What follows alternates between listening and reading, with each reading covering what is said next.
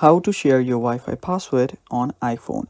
Hello guys, this is Atticus and welcome back to another tutorial video. In today's video, I'll teach you guys how you can share your Wi-Fi password on iPhone. So without any further ado, let's dive right into it.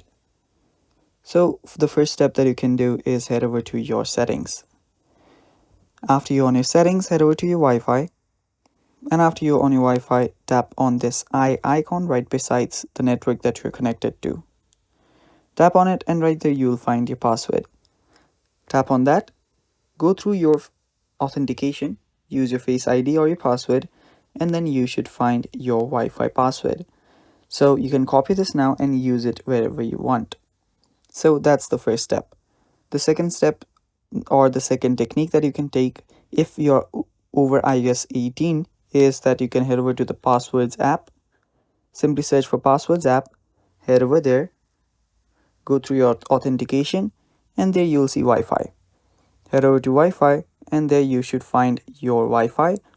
Now you can tap on the show QR code to just use a QR code to check your Wi-Fi password or simply share your Wi-Fi password.